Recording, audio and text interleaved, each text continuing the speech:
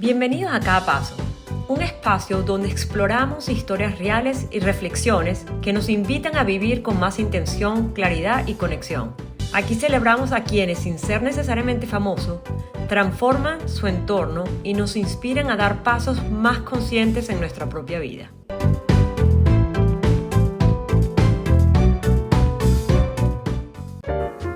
Bienvenidos a Cada Paso. Tenemos un espacio donde me encanta entrevistar y hablar con personas que están viviendo una vida completamente alineada a lo que ellos quieren hacer, a su propósito. Son gente que se han aprendido a conocerse muy bien a sí mismos y han dedicado su vida a aquello que les apasiona o que les mueve un montón. Y son gente que, porque están haciendo eso, están teniendo impacto en sus comunidades. Hoy hablamos con Natalia Martín. Natalia Martín es psicóloga y psiquiatra basada en España.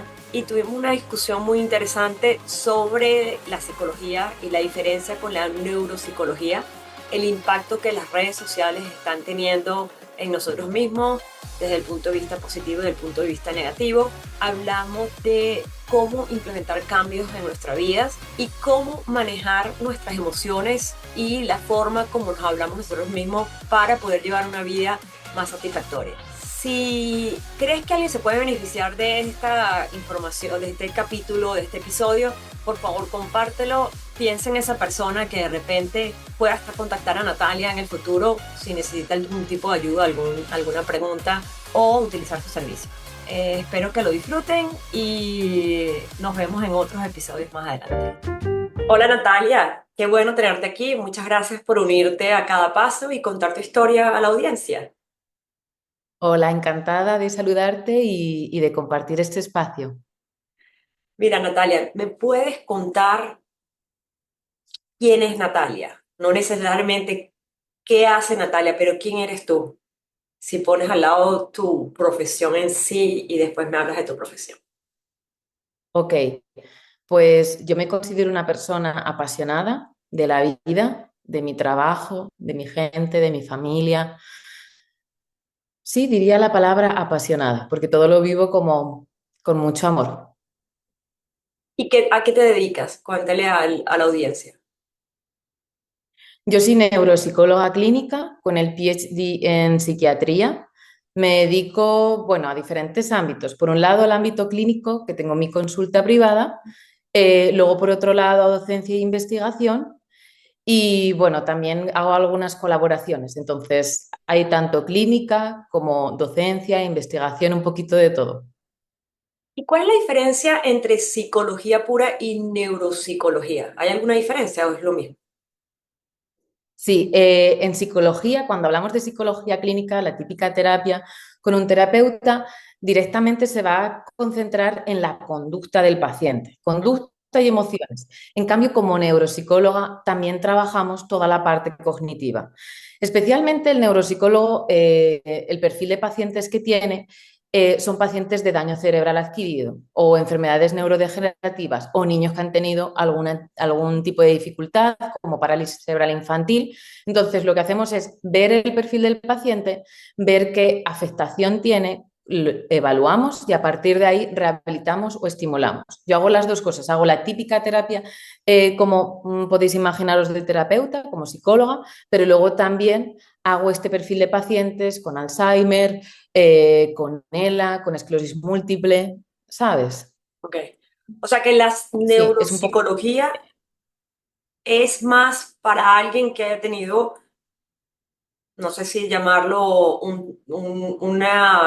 no sé si un trastorno mental o una enfermedad mental, no sé cuál es el término correcto, versus otra persona que quiere lidiar con su pensamiento o su forma de ver lo que le ha pasado en la vida y es Es, más o menos, perdón, sí, dime. es diferente, o sea, es Ok. como, imagínate, tú tienes un problema de ansiedad, Ajá, directamente vas a un psicólogo clínico para que trabaje tu problema de ansiedad. Imagina que hace un año tú tuviste un ictus, un accidente cerebrovascular, entonces ahí contactas con un neuropsicólogo o neuropsicóloga para trabajar ya. las dificultades que tú tienes después de ese accidente cerebrovascular, que puede ser un problema de lenguaje, un problema de abstracción con la información, Ok. que te tienes que memorizar. Entonces, es un poco la diferencia. Yo hago las dos, pero sí que es diferente. Ok, buenísimo. ¿Por qué escogiste esa carrera? ¿Por qué te Porque dedicas desde a eso? Porque desde pequeñita, o sea, aunque a veces me venía a la mente otro tipo de trabajos, siempre, y de hecho esto mi familia lo puede corroborar, que me encantaba la psicología. O sea, yo vi una psicóloga de muy chiquitita y le dije, mamá, ¿y esta mujer qué hace en el colegio? Y me dijo, pues es la orientadora, que es psicóloga, escucha a la gente. Y yo le dije a mi mamá, yo quiero hacer eso. Y mi madre me dijo, ay, tú eres muy empática, no sé si va a ser bueno. Y considero que es algo muy positivo, aunque mi familia consideraba que iba a ser algo muy doloroso por esa empatía, pero desde chiquitita tenía claro que me gustaba la psicología porque quería escuchar, comprender, entender, ayudar. Y la neuropsicología porque me gusta todo lo que vaya relacionado con el cerebro. O sea, me fascina la neurociencia y por eso me especialicé en neurociencia también. Y no sé si en el momento que escogiste estudiar psicología era la época donde si estabas loco ibas a un psicólogo. O sea, o los psicólogos eran para los locos, o la gente, había un tabú muy grande asociado a ir a un psicólogo. Ahora es más común, por lo menos en donde yo vivo en Estados Unidos, es más aceptado, más común, la gente lo habla, mis hijas, todos los amigos de mis hijos tenían psicólogo o algún Sí, terapista mental. ¿Cómo fue en tu época cuando escogiste versus ahora? cuando yo era chiquitita y quería ser psicóloga, era como, ¿qué estás diciendo? O sea, mis amigas me decían, pero eso es para locos, o sea, te puede pasar algo como si fuera algo peligroso. Y sí que es verdad que yo he trabajado con pacientes bastante graves y sigo teniendo algunos casos así, pero realmente nunca he sentido ni ese tabú, ni ese malestar, ni esa sensación de peligro. Sí que en comparación, cuando yo era más joven, se veía como un tabú ir a terapia. A día de hoy, tú, si escuchas una conversación de unos amigos de nuestra edad, Gaby, o gente incluso mayor, hablan de, ah, sí, pues fui a la terapia, o mandé a mi hijo, está haciendo terapia, y está mucho más normalizado. Yo creo que hasta es raro, o sea, creo que ahora da vergüenza no tener a alguien que te ayude, tener a alguien, Sí. yo diría que es como en tu equipo de crecimiento personal y profesional, necesitas ayuda de un terapista que se dedica a la salud mental. ¿Por qué crees que hubo ese cambio? ¿Qué crees que ha contribuido a este cambio? Yo creo que las redes han ayudado bastante, porque si te fijas en la información que te puede aparecer en Instagram, TikTok, Facebook, o sea, todas estas aplicaciones hablan muchísimo sobre el tema de salud mental. Yo creo que tanto Europa como Estados Unidos abrió mucho con el tema de las redes. Esa es mi consideración. Creo que dejó de ser un tabú y también la gente creo que comenzó a hablar más sobre sus emociones. O sea, aquí, por ejemplo, en España, se comenzaron a crear muchísima literatura, tanto infantil como para adultos, respecto al tema de las emociones, identificarlas, trabajarlas. Un aspecto que antes tú ibas a una biblioteca o a una librería y había uno o dos libros y además era como en la zona oscura, como eso está ahí. Y ahora no, es lo que tú comentas, que está mucho más normalizado. Entonces yo creo que sí, que fue principalmente las redes y luego la importancia de trabajar nuestra salud mental, porque mira, tú puedes destacar mucho a nivel académico, empresarial, lo que sea, puedes ser un genio, pero si tú no regulas bien tus emociones, eso te puede hacer un daño increíble. Completamente. Ahora, dices que las redes sociales ayudaron mucho para normalizar eh, la ayuda la ayuda de salud mental. Pero lo ha ayudado porque han generado más problemas de salud mental en las redes sociales o porque hay más propaganda o las dos, como Hay las dos. Esa es buena la pregunta que me acabas de hacer. Por un lado, está claro que se ha hecho más propaganda, se ha hecho más publicidad, más marketing, se ha explicado más, la gente se siente más como detrás de una pantalla explicando que va a terapia, que tiene un problema. Entonces, todo eso ha hecho que por un lado se normalice. Y luego, por otro lado, tenemos la parte negativa de las redes. Justo yo hace unos días estuve subiendo contenido sobre este tema en mis cuentas y mientras yo estaba haciendo investigación de lo que iba a publicar y de los resultados que se estaban encontrando ahora mismo en cuanto a los análisis científicos de personas que estaban mucho tiempo delante de las pantallas, las redes, las consecuencias que tenía, era horrible. O sea, yo era terminar de leer un artículo y decir, por favor, o sea, ¿qué estamos haciendo con este mundo? Porque están diseñadas para que la gente se enganche. Entonces, es una adicción. Y claro, tenemos desde niños muy chiquititos con esa adicción, con esa adicción. De hecho, hace años hubo dos investigadores en Estados Unidos que demostraron que había nenes desde muy cortita edad, desde muy pequeños, con problemas de atención, que no era porque tuvieran un problema de atención, sino que habían desarrollado ese problema de atención debido al uso de las pantallas. Y también hay problemas con la lectoescritura, porque al usar tanto el móvil, no estamos trabajando tanto con nuestra lectoescritura, con nuestro bolígrafo, nuestro papel, y eso cambia todas las estructuras de nuestro cerebro. Además, las pantallas que usen dibujos, tanta imagen tan rápida, hace que tu atención no sea capaz de estar sostenida, sino que está todo el tiempo dividida. Si yo ahora mismo cojo el móvil y simplemente coger el móvil y abrir y ver no sé cuántos correos, mensajes, Sí, sí, tal, sí. todo eso es mucha información. Entonces es atención dividida, unido al estrés con el que estamos viviendo y normalizando, tenemos un problema, porque estamos patologizando la sociedad bajo mi punto de vista. Ayer justamente veía a mi hija, que bueno, estaba de vacaciones después de haber terminado la universidad, la veo, a Dios gracias, perdón, mi inglés, a Dios gracias fue en el balcón, o sea, estaba afuera por lo menos, pero tenía viendo una película en su compu, en su ordenador, y tenía el teléfono en la mano chequeando mensajes. Y le pregunté, ¿quieres que te traiga el iPad también? Para que tengas o sea, ¿cómo hacemos? ¿Cómo podemos? ¿Qué crees que puede generar un cambio en esta juventud que no sabe estar sin estos herramientas? Nosotras mismas, que no teníamos esto de pequeñas, nos, bueno, aquí estamos grabando un video que la gente va a ver en una red social o en YouTube. O sea, ¿cómo hacemos? Para mí, o sea, yo también por cómo soy yo, a mí me ayuda el entender. Entonces, yo lo que hago con mis pacientes o cuando viene familia y me dice, Natalia, tengo un problema con mi hijo adolescente, está súper enganchado, lo primero es entender la edad en la que se encuentra la persona. Porque claro, si yo tengo que hablar con un adolescente, no es lo mismo que hablar con una persona que tiene 20 y pico, 30 años. Entonces, lo primero es entender la capacidad de atención que me va y de apertura y comprensión a lo que yo voy a explicar a esa persona que tengo delante, a ese paciente, a esa persona quien sea. Y luego explicar el por qué. O sea, no es las pantallas son malas y ya está, este es el eslogan. No, las pantallas son dañinas por esto, por esto, por esto, por esto, por esto. Y que vean los efectos. Y además ellos pueden estar, o sea, le dices a tu hija, oye, vamos a intentar estar un día sin el móvil, a ver cómo nos sentimos. Y es que es increíble. O sea, te vas a dar cuenta de, uy, si es que para todo, o sea, ahí voy a hacer la compra, la hago online, voy a llamar a no sé quién, la hago online, es que todo, incluso se ha demostrado que antes quedábamos mucho más con nuestras amistades, que nos relacionábamos más y que ahora nos relacionamos menos porque, bueno, como te llamas, parece como que ya has visto a esa persona o a esa familia y no, realmente no la has visto, simplemente ha sido una llamada. Perdón, yo sé que tú pasas tiempo en Estados Unidos y en España. Mm.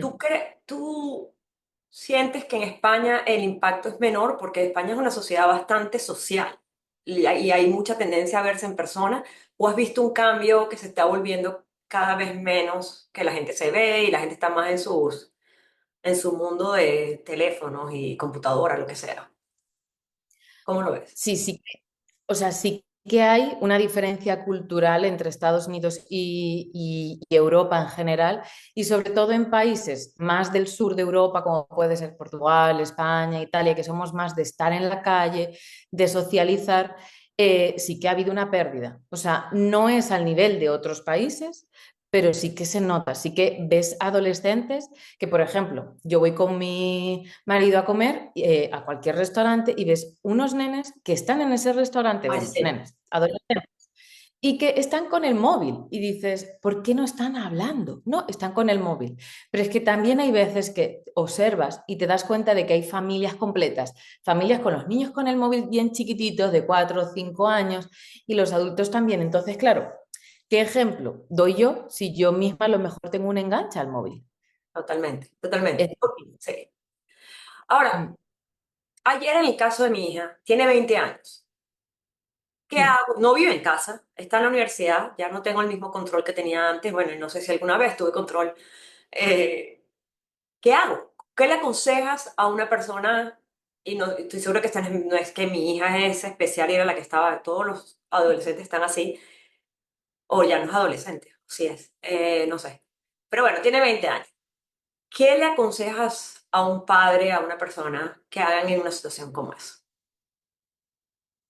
yo lo que haría, por ejemplo, en el caso de tu hija, me parece muy bueno que hayas usado el humor de, hey, te traigo la tablet, continúas con otro aparato electrónico más, para que ella vaya haciendo esa reflexión de, es verdad, es que convivo con las redes, pero para que haya un cambio en cualquier humano, la persona tiene que querer hacer ese cambio. Y Claro, entonces, por eso, para mí es importante que entiendan la adicción o el daño, la repercusión, pero esto tiene que ser un trabajo intrínseco de la persona. Y otra cosa que diría, que muchas veces no puedes a lo mejor cambiar esa dinámica que tiene de estar tanto tiempo con el móvil y demás, pero sí ayudarla a, hey, la autoestima, que tú te sientas segura, que tú te hables bien, que no estés comparándote con los demás, porque si siempre estás viendo vidas de los demás, sin darte cuenta, puede ser que te total. compares y que te hagas. Claro. Entonces, lo que estás viendo es una imagen. Una imagen puede ser que tú estés ese día destrozada, sonríes, te hacen la foto y parece que tu vida es perfecta. Y no, ojo con eso. Entonces, yo lo que trabajaría mucho con los adolescentes es autoestima, gestión emocional y entender que lo que perciben de esas redes muchas veces no es real. Y que la comparación, lo único que nos hace, si yo siempre me estoy comparando con los demás, nuestro cerebro clasifica. Es algo biológico de nuestro cerebro. Entonces, esa parte es normal. El problema está en cuando clasificamos y siempre nos colocamos por abajo, porque eso es lo que nos hace daño, porque nos hace sentir que los demás siempre hacen, siempre tienen y que yo no soy capaz de tener. Como que mi vida es un fracaso, ¿sabes? Sí. Y eso es cierto. Y yo creo que, no sé si voy a generalizar, tú eres la experta, creo que las mujeres tenemos más tendencia a eso que el hombre. O sea, tendemos a fijarnos más en la parte negativa que en la positiva. Y las cosas que nos pasan, de hecho, las cosas positivas que nos pasan duran menos tiempo en nuestro cerebro que las cosas negativas que nos pasan. De cómo podemos hacer para cambiar esa mentalidad. Para mí está el hecho de que tú cuando estás observando las redes, cómo te estás hablando mientras las estás observando.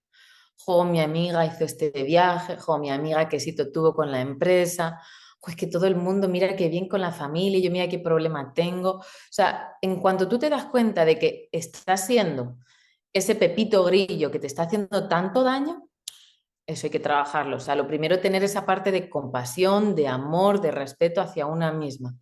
Y es lo que tú dices, ¿por qué los hombres son diferentes? Porque a los hombres les enseñaron a poner el foco en un aspecto que es el aspecto laboral y bye el resto. O sea, no prestan atención. En cambio, a nosotras nos enseñaron siempre cómo estar en atención dividida con la crianza, con esto, con lo otro.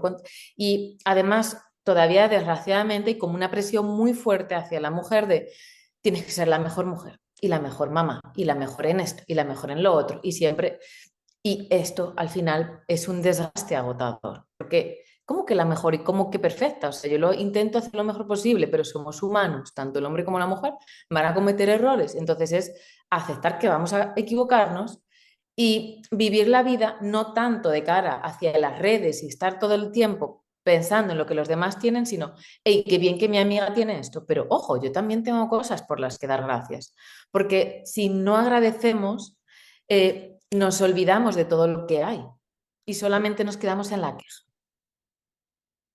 ¿Sabes qué? Cuando yo empecé a desconectarme un poco de las redes sociales, una de las cosas que me di cuenta es que veía algo así, oye, está de vacaciones, buenísimo, yo estoy aquí en Boston, está lloviendo, mira, las promovieron y... Pero lo que empecé fue a utilizar, esto no es cierto, a lo mejor ella tiene otras cosas malas en su vida, y después me di cuenta, le digo, pero también esto es negativo, o sea, yo tampoco le puedo desear el mal a la otra persona para yo sentirme feliz. No, no, simplemente dejarlo, porque es la vida de otro. Mm, Ya está.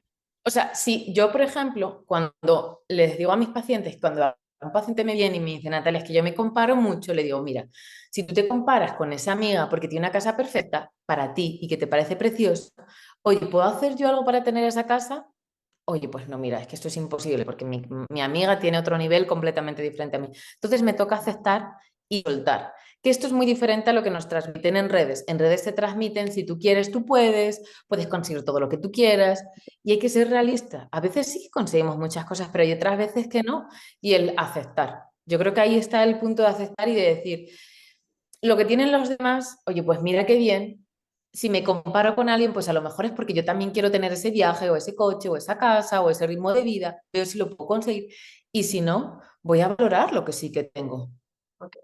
¿Y cómo te aseguras que la aceptación no se vuelva resignación? O sea, ¿cuál es la diferencia entre Mm. voy a aceptar que eso no es lo que yo quiero, lo que tengo en mi vida, versus no voy a pelear por eso? Porque o sea, ¿cómo haces para balancear? Siendo, sí, siendo consciente de lo que sí que puedes conseguir. O sea, oye, me encantaría tener, no sé, algo que desproporcionado que he visto en una serie. Pues a lo mejor eso no soy capaz. Pero, oye, me gustaría, veo que estas compañeras han conseguido ascender, han conseguido hacer este cambio. Oye, ¿por qué yo no voy a poder? Voy a intentarlo. O sea, yo soy partidaria de siempre que tengas un sueño con algo, un objetivo, que lo intentes, que ahí en el camino vas a ver si se puede dar o no. Y hay veces que sí que se consigue y otras veces que no. Y ahí es donde hay que ver si tengo que soltar porque estoy viendo que eso no lo estoy consiguiendo y que al final solamente me lleva a la frustración. Y también el entender que cada vez que queremos conseguir algo, no hacemos tipo Mary Poppins y lo conseguimos de la noche a la mañana, sino que necesitamos tiempo, trabajo, esfuerzo y disfrutar del camino, no solamente de llegar a la meta, sino, hey, este es mi objetivo, quiero cambiar de trabajo, quiero conseguir esto, quiero hacer este viaje, ¿cuáles son los pasos que voy a dar para llegar ahí? ¿Y por cuánto tiempo lo intentas? Esa es una pregunta. Porque en las redes te dicen, consigue esto en 3 meses, no sé qué, pero no es cierto. Pero son No, 3 meses versus 3 años. ¿Cuánto tiempo te das? O sea, yo probablemente este no es tu área de experiencia, pero ¿qué le aconsejarías tú a un paciente que está intentando y está haciendo lo posible, pero las cosas toman tiempo? para mí está el punto límite de decir hasta dónde. O sea, por ejemplo, yo ahora mismo estoy acompañando a 3 familias a que puedan tener familia, ¿no? Porque están agotados con diferentes tratamientos. Bueno, entonces, una de las familias ya lleva como 10 años intentándolo y están agotados de diferentes médicos, de diferentes pruebas, y con esta familia, o sea, ya estamos llegando a un punto de que este es nuestro límite. O sea, si este año, el 2025, o sea, no se consigue, lo sentimos mucho, pero lo aparcamos.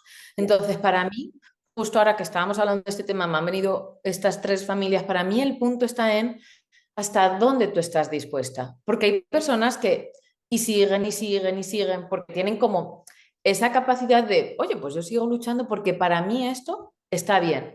Pero hay otras personas, Gaby, que ves que si en un año no han conseguido, dicen, hey, ya está, no voy a seguir intentando. Entonces yo creo que va a depender de esa capacidad que tiene esa persona de constancia, de esfuerzo y también darnos cuenta de por qué muchas veces tenemos resistencias. Aquí en el caso de tener una familia, no, pero por ejemplo, me viene a la mente una persona que tenía en la consulta y que ella quería conseguir una serie de objetivos laborales, pero luego ella al final procrastinaba, o sea, nunca se comprometía con ella misma. Entonces tuvimos que ver por qué ella no se comprometía, qué era lo que hacía que ella fallase, que ella se pusiera a sí misma la zancadilla.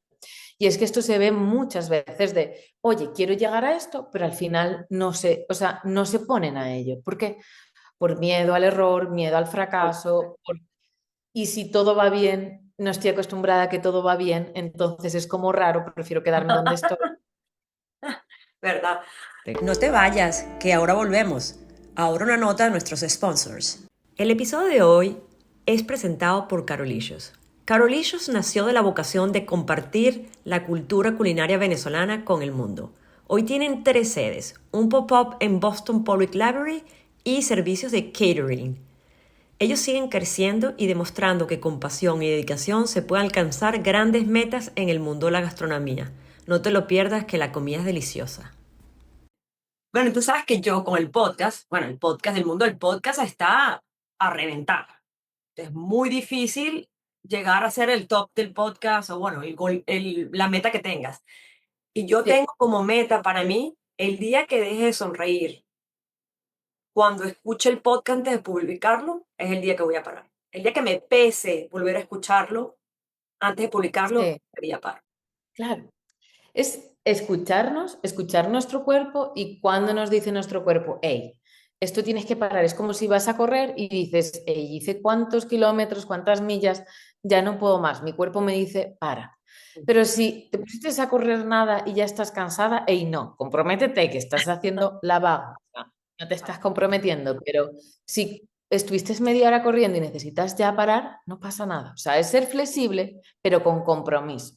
Ya. Y ahí cuando, o sea, al final, yo siempre digo, o sea, yo les doy herramientas a mis pacientes, pero las herramientas realmente están dentro de ellos. Lo único que tienen que escucharse. Y ese es un trabajo que no solemos hacer. Me encanta lo que acabas de decir. Tienes que escucharse. Yo creo que uno de los problemas más graves que tenemos ahorita es que hemos parado de escucharnos. Y nuestro estómago, yo Total. siempre digo, nuestro estómago nos habla. Nosotros sabemos cuando estamos en medio de una decisión qué es lo que queremos, porque nos lo dice el estómago. Pero decimos, no, le tengo que preguntar a 10 personas, tengo que ver, la sociedad dice, mi familia me dijo, y paramos de escucharnos. Así que, Mm, mira, tú, bueno, obviamente tú eres experta en psicología, en psiquiatría, todo, pero también eres humana. mm. ¿Qué cosas te cuestan a ti el día a día y cómo manejas esas emociones? A mí lo que más me cuesta es cuando veo resistencias en un paciente. Eso es lo que más, o sea, yo quise ser psicóloga porque quería ayudar. O sea, Mm. la palabra, si tuviese que decir una palabra, era ayudar y que la gente gestionara, o sea, no eliminar el dolor porque el dolor forma parte de nuestras vidas, pero sí que, que se sintieran capaces, ¿sabes? Entonces, para mí, cuando estoy viendo un paciente que tiene resistencias, que no ve todo el diamante que yo estoy viendo, para mí eso es lo más doloroso y es con lo que tengo que gestionar de decir, hey Natalia, no lo está viendo ahora, lo va a ver, tranquila, esto se va a conseguir. O cuando hay situaciones, porque yo también trabajo a veces para el Palacio de Justicia como psicóloga forense y tengo que hacer pues informes de familias donde hay que valorar pues la custodia y demás. Y ese tipo de casos también para mí son muy difíciles. Todo lo que Vale, sea relacionado con personas dependientes, como puede ser un niño o una persona mayor, a mí me mueve mucho. ya. Mm. Pero quería ir un poquito más sobre ti misma. O sea, cuando creo que todos tenemos en algún momento estos pensamientos limitantes o, bueno, nos levantamos con el pie izquierdo porque no dormimos bien, lo que sea. ¿Cómo lidias tú contigo misma? Ok, O con la parte negativa de ti o la parte que te quiere frenar de ti, ¿cómo lidias tú con eso? vale. Mi parte negativa de Natalia Martín es el perfeccionismo. O Ujú. sea, yo desde chiquitita, por patrones que aprendí en casa, fue la exigencia. Entonces, algo con lo que yo lidio, es verdad que esto ya está muy soltado desde hace tiempo, pero que a veces aparece ese pepito grillo, es el soltar la exigencia, el que va relacionado con lo que te he dicho antes, el querer que los pacientes estén bien, el querer que las cosas estén bien, el poder ayudar, El control. el... Sí, al final es control, sí, el perfeccionismo es un control bárbaro de que las cosas estén como yo tengo aquí dentro, ¿sabes? Entonces, cuando, por ejemplo, o sea, por ejemplo, me voy a dar una clase y la clase no está como a lo mejor yo hubiese querido, ya está, lo suelto. O sea, para mí la palabra con la que me estoy casando desde hace unos años es el soltar, el decir, ya está, o sea, déjalo, lo hiciste, no le des más vueltas, no te machaques y no te exijas más, ¿sabes? Ya, ya, ya. Ahí. Eh, ¿Has leído o escuchado algo que puedas recomendar, o visto, perdón, algo que puedas recomendarle a la audiencia, y no necesariamente en psicología, pero algo que te haya apasionado últimamente, que, no sé, que puedas recomendar? Hay varias lecturas. porque yo además soy un amante de la lectura, entonces hay varias lecturas que te podría a ti pasar Ujú. y que compartas en tu podcast. Hay un libro que yo siempre recomiendo, que es, solamente creo que está en castellano, es en español, el GPS secreto de nuestra mente. Es de un psiquiatra con el que yo trabajé en Barcelona y la verdad es que es un libro maravilloso porque te habla, como te explica tu vida como un GPS, te Ujú. explica qué hay en el norte, qué hay en el sur, cómo se crea tu carácter, tu personalidad, la importancia de tu familia, las creencias que vamos desarrollando. Entonces, como un primer paso para entender cómo funciona toda nuestra maquinaria mental, ese libro me encanta. Luego hay otro libro, el de No soy yo, de Anabel González, es otra psiquiatra de aquí de España. Yo me formé con ella en MDR, que es un tipo de técnica, y la verdad es que ese libro me gusta mucho porque habla de las emociones y de lo que nos dicen las emociones. Entonces, cuando yo tengo un paciente que no es capaz de identificar las emociones, siempre le recomiendo ese libro porque explica muy bien, es muy llano, muy sencillo. Y luego de neurociencia hay una autora que se llama Nazaret Castellanos, que es también de aquí, y me gusta mucho cómo trabaja todo el ámbito de la neurociencia y de qué efectos tiene cuando tú meditas, cuando tú haces terapia, cuando tú tienes esta ingesta, cuando hay estos cambios hormonales, cómo todo esto repercute en tu cerebro. Esos tres autores son ahora mismo yéndonos a literatura de aquí. Luego, americanos, también tengo alguno que sigo en redes y que también te podría pasar algún artículo y alguna referencia que también me gustó. Por ejemplo, Gabor Mate, de allí de Estados Unidos, tuve una formación con él de trauma y me gustó mucho ese autor. Y luego hay otro, El cuerpo lleva la cuenta. No te voy a decir bien el nombre porque es un nombre, vive en Boston, pero creo que es de descendencia holandesa o él nació en Holanda y es bastante difícil de pronunciar, pero ese libro me encanta para entender cómo el trauma al final absorbe todo y lo reproduce en el cuerpo. Si Esos tuvieras libros. ahorita tres consejos, no sé, que le darías a una persona que quiere implementar un cambio en su vida, ¿qué consejos le darías? Primero, que se escuche mucho, que se dé cuenta de cómo se habla, porque si tú quieres hacer cualquier cambio, pero tú estás siendo, yo no sé si tuviste alguna vez Heidi, Rottermeier era como la Por profesora mala, favor, si tú claro que eras. sí, ¿quién no? Sí, me encantaba.